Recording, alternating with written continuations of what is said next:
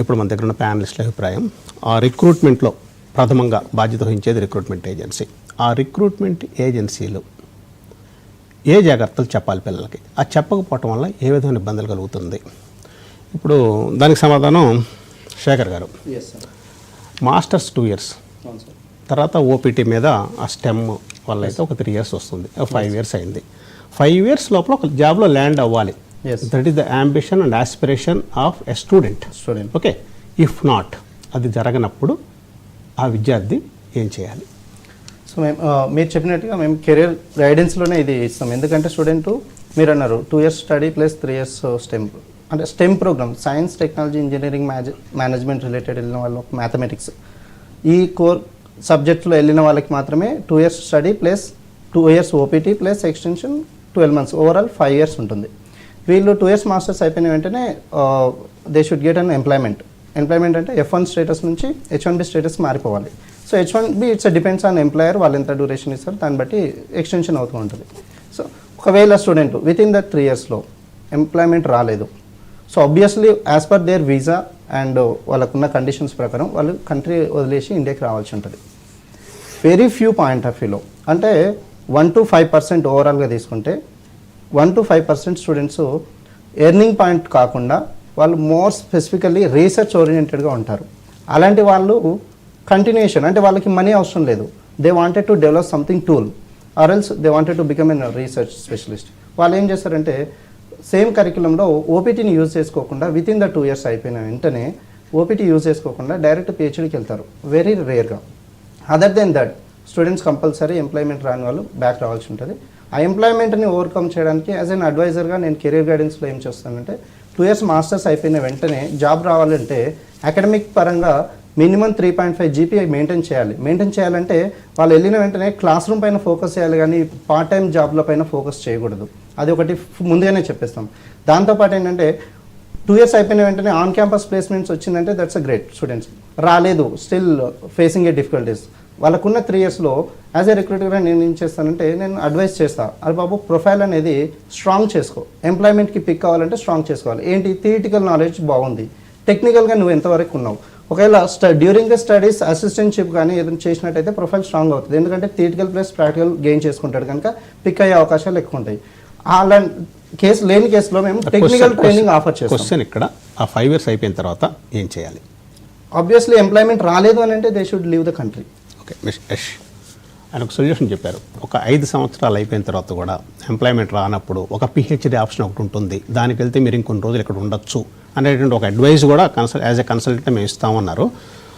What is your take on that? ఇక్కడ చాలామంది consultancies, majority of the consultancies పిల్లల్ని చాలా తప్పుగా గైడ్ చేస్తున్నారు ఆఫ్టర్ దిస్ సినారియో అని నా అభిప్రాయం అండి. ఎందుకంటే we been seeing lot of cases. చాలామంది మాస్టర్స్ అయిపోయిన తర్వాత ఓపీటీ సిపిటీల్లో ఉంటారు, H1లో లాటరీ పిక్ కాదు మళ్ళీ సెకండ్ మాస్టర్స్కి వెళ్తారు, అలా మళ్ళీ లాటరీ పిక్ కాదు మళ్ళీ థర్డ్ మాస్టర్స్, మళ్ళీ PhDలు. ఇవన్నీ ఏం చేస్తుందంటే వాళ్ళ ఇంట్లో అప్పు క్రియేట్ అయిపోతుంది, వాళ్ళ ఫ్యామిలీ డిజాస్టర్ మోడ్లోకి వెళ్ళిపోతుంది. ఆ గైడెన్స్ అనేది రాంగ్. నేను గత 4 సంవత్సరాలకి if you have seen my videos what I'm trying to educate people, అంటే చాలామంది మేము అక్కడ ఉన్నాము, మేము చూస్తున్నాం, మేము ఎడ్యుకేట్ చేసే ప్రయత్నం చేస్తున్నాం. మీ పిల్లలు ఇక్కడికి వచ్చి చదువుకుంటే మాకేం వచ్చేది ఉండదు, కాకపోతే మన తెలుగు వాళ్ళు ఇబ్బంది పడకూడదు, బాధపడకూడదు అనే ఒక నేపథ్యంలోనే మేము గైడ్ చేసే ప్రయత్నం చేస్తాం. అమెరికాలో ఉన్న విధి విధానాలు, ఉన్న పరిస్థితులను బట్టి మీ పిల్లల్ని మాస్టర్స్కి పంపించండి, మీకు భారం అయ్యి మాస్టర్స్కి పంపించద్దు. కన్సల్టెన్సీస్ని అప్రోచ్ అయినా సరే వాళ్ళు ఏం చేస్తారంటే ఇక్కడ వాళ్ళ స్టూడెంట్కి మంచి గ్రేడ్ ఉంది కాబట్టి ఓకే ఈ కన్సల్టెన్సీ ఈ కాలేజ్కి వెళ్ళండి అని వాళ్ళు అడ్వైస్ చేస్తారు. డెసిషన్ తీసుకోవాల్సిందే మనం, వాళ్ళు డెసిషన్ తీసుకోరు, వాళ్ళు business makers, they do their business. But మనం కూడా ఏం చేయాలంటే ఇక్కడ అమెరికాలో పరిస్థితులు ఎలా ఉన్నాయి, గత 4 సంవత్సరాల్లో దాదాపు 6-7 లక్షల మంది విద్యార్థులు వచ్చారు, 7 లక్షల మంది సంవత్సరానికి 1.5 మంది విద్యార్థులు బయటకు వస్తున్నారు. వాళ్ళందరికీ ఉద్యోగాలు ఉన్నాయా లేవా? ఉద్యోగాలు లేకపోతే ఆ పిల్లలందరూ ఏమైపోతున్నారు, ఇప్పుడున్న పరిస్థితి ఏమవుతుంది, మన పిల్లని రేపు పంపిస్తే ఏంటి పరిస్థితి అని ఆలోచించుకోవాల్సిన అవసరం మన మీద ఉంది. ఏదో మా ఆవిడ అమెరికాలో చదువుకోవాలి కదా అని అంటే చదువుకోవడానికి వచ్చి చదువు అయిపోయిన తర్వాత వెనక్కి వచ్చేసి ఉంటే వాళ్ళ హ్యాపీ లైఫ్ ఉంటుంది. ఒకవేళ లేదు అక్కడే స్థిరపడిపోవాలంటే ముందున్న 6 లక్షల మంది పరిస్థితులు ఏంటి, రేపు మనోడు వెళ్ళిన తర్వాత పరిస్థితులు ఏంటి అని ఆలోచించుకోవాలి. ఈ పరిస్థితులన్నీ ఆలోచించకుండా ఏదో గుడ్డె చేలో పడ్డట్టు వచ్చేసామనుకోండి వాళ్ళ జీవితాలు సర్వనాశనం అయిపోతాయి. ఇక్కడ పాయింట్ 1. పాయింట్ 2 ఏమైపోతుందంటే ఈ H1B మీదకి వచ్చిన తర్వాత కూడా H1B వీసాల మీద ఇప్పుడు ట్రంప్ గవర్నమెంట్ చాలా కేటగారికల్గా ఒక స్టేట్మెంట్ మేక్ చేసింది. ఏంటంటే ఫుల్ టైమ్ ఎంప్లాయర్స్కి చాలా బెనిఫిట్ అవుతుంది, ఇది కన్సల్టింగ్లో ఉన్న వాళ్ళకి మాత్రం ఇబ్బందులు పడతారు అనడానికి ట్రంప్ స్టేట్మెంట్ చాలా నిదర్శనంగా ఉంది. ఇక్కడ ఫుల్ టైమ్ ఎంప్లాయ్మెంట్ ఏంటంటే క్లయింట్ డైరెక్ట్ ఎంప్లాయ్మెంట్ కాబట్టి క్లయింట్ లెటర్ డైరెక్ట్గా ఇస్తారు కాబట్టి వాళ్ళ H1B అప్రూవ్ అవుతుంది. అదే కన్సల్టింగ్ మోడ్లో ఉన్న వాళ్ళకి ఏంటంటే వాళ్ళ క్లయింట్ లెటర్స్ పలానా 4 నెలలకు మాత్రమే ఈ కన్సల్టెంట్ కావాలి, సంవత్సరం మాత్రమే ఈ కన్సల్టెంట్ కావాలనుకున్నారనుకోండి, సంవత్సరం డ్యూరేషనే వాళ్ళకి వీసా స్టాంప్ అవుతుంది. ముందు బైడెన్ గవర్నమెంట్లో ఏం జరిగేదంటే క్లయింట్ లెటర్ ఓపెన్ ఎండెడ్ డేట్తో ఇచ్చేసి ఉంటే 3 సంవత్సరాలకు వీసా స్టాంప్ అయిపోయేది. కానీ ఇప్పుడు ట్రంప్ గవర్నమెంట్ వచ్చిన తర్వాత క్లయింట్ లెటర్ మీద స్పెసిఫిక్ డేట్స్ బట్టే 4 నెలలకు వీసా రావచ్చు, 5 నెలలకు వీసా రావచ్చు, సంవత్సరానికి కూడా వీసా రావచ్చు. అంటే క్లయింట్కి ఈ క్యాండిడేట్కి ఎంత అయితే అవసరం ఉందో అంత క్లయింట్ లెటర్లో మెన్షన్ చేసే డేట్స్ బట్టే వీసా స్టాంపింగ్లు అవుతాయి. ఇక్కడ కూడా చాలా మటుకు ఈ H1B ప్రోగ్రామ్ని కూడా లాస్ట్ 4 years వరకు లాటరీ ప్రకారము చాలా మిస్యూజ్ చేసి ఉన్నారు. ఆ మిస్యూజ్ చేయకుండా లాటరీ ప్రకారము ఆ మిస్యూజ్ చేసి ఈ రకంగా వెళ్ళకపోయి ఉంటే ఖచ్చితంగా H1B వీసాల మీద కూడా చాలా మంచి ఒపీనియన్ ఉండేది. H1B వీసాలు కన్సల్టెన్సీస్ మిస్యూజ్ చేయడం వల్ల ఈ USCIS లాటరీ సిస్టమ్ని కూడా చాలా స్క్రూటినైజ్ చేయడం జరిగింది.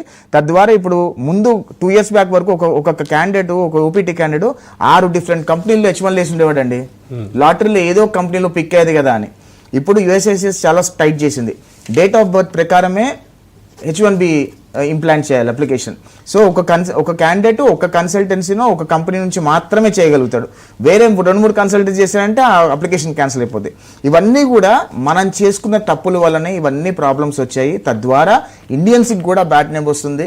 నేను చెప్పేది ఏంటంటే అక్కడికి వచ్చిన పిల్లలందరూ కూడా లీగల్ టర్మ్స్లో ఉండండి, లా ఆఫ్ ల్యాండ్ని గౌరవించండి, అంతేగాని ఇష్టం వచ్చినట్టు లా ఆఫ్ ల్యాండ్ని మిస్యూజ్ చేస్తే ఇబ్బందులు తప్పవు అని అభిప్రాయం అండి. ఓకే అండి, వినోద్ కుమార్ గారు, లా ఆఫ్ ద ల్యాండ్ అది అమెరికా కావచ్చు, బ్రెజిల్ కావచ్చు, మెక్సికో కావచ్చు, లేకపోతే ఫిలిప్పైన్స్ కావచ్చు, even what ever country it maybe, law of the land మనం గౌరవించకపోతే తప్పనిసరిగా తిప్పలు తప్పవు. ఆ లా ఆఫ్ ద ల్యాండ్ని గౌరవించలేని పరిస్థితుల్లో, ఇబ్బందులు ఎదుర్కొంటున్న పరిస్థితుల్లో మీరు అంబాసిడర్గా హై కమిషనర్గా ఉన్నారు కాబట్టి ఆ సొల్యూషన్ గవర్నమెంట్ ఏ విధంగా చూపిస్తుంది?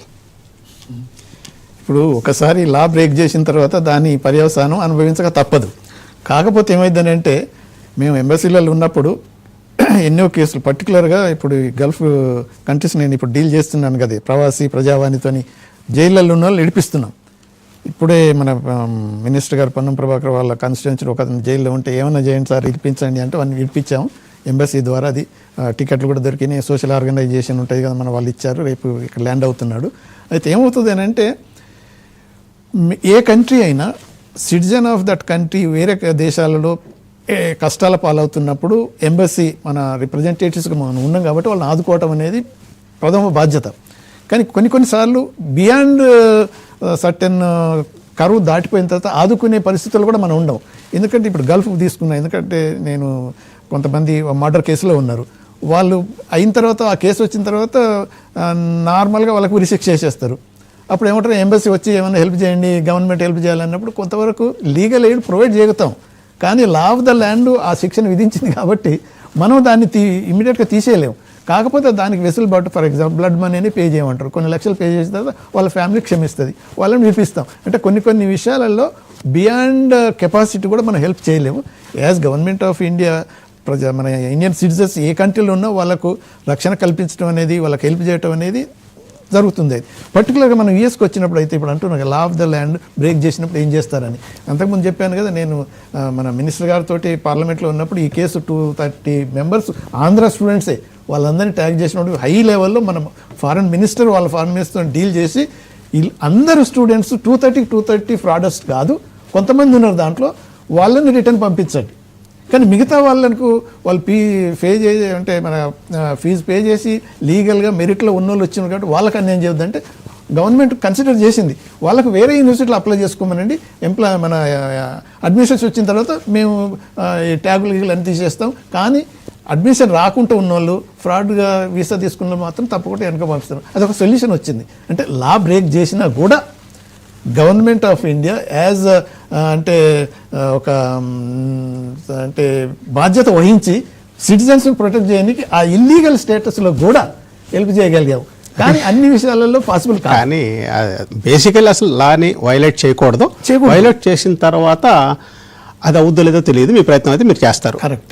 అంటే basically we should not violate law under any circumstances. That is the underlining point. Correct. Law break చేస్తే ఎప్పటికైనా అరవింద్ గారు, problems ఉంటాయి. H1B మీద మన వాళ్ళందరూ అక్కడికి వెళ్తుంటారు. వీళ్ళు సంపదను సృష్టిస్తారు అమెరికాకి, వాళ్ళ సంపదను